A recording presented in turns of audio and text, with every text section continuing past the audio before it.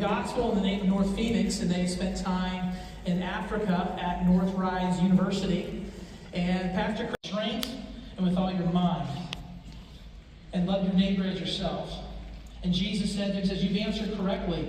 Do this and you will live. But he, being the attorney, desired to justify himself. And he said to Jesus, he says, so who is... And so I see Pepsi Blue coming up in my rearview mirror, and I'm thinking, he thinks he's shooting this gap. And he's getting close. He gets about to my back bumper, and I just give a little, and close that gap. And he's on the brakes, and he's looking at me, and his wife's in his ear, and I'm like,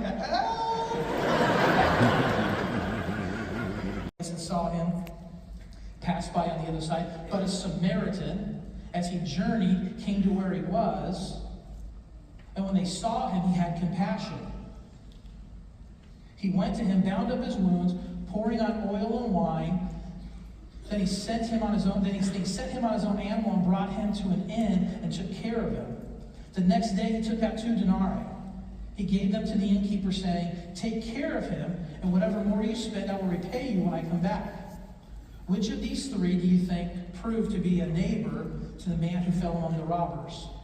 He said, the one who showed him mercy. And Jesus said to him, go and do likewise. Even something that we do deserve. And so as Jesus looks into that cup and he sees the pain and he sees the sin,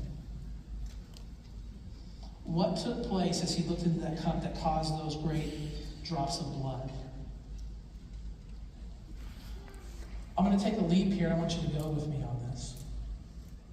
You see, we're bound by space and time. God is not. God has always been, right? Like that hurts our mind. It's like, what's on the other side of space? Well, space. What happened to him? Came forward and said to them, whom do you seek? And they answered him, Jesus of Nazareth. And Jesus said to them, I am he. Judas, who betrayed him, was standing with them. And when Jesus said to them, I am he, they drew back and they fell to the ground. I love this crowd, any one prisoner whom they wanted. And they then had a notorious prisoner called Barabbas. So Barabbas, just as a little bit of background, Barabbas, he had tried to overthrow, been part of this overthrowing of Roman rule. And during this uprising, he had killed somebody. And he was also this notorious thief. So that's who they had imprisoned.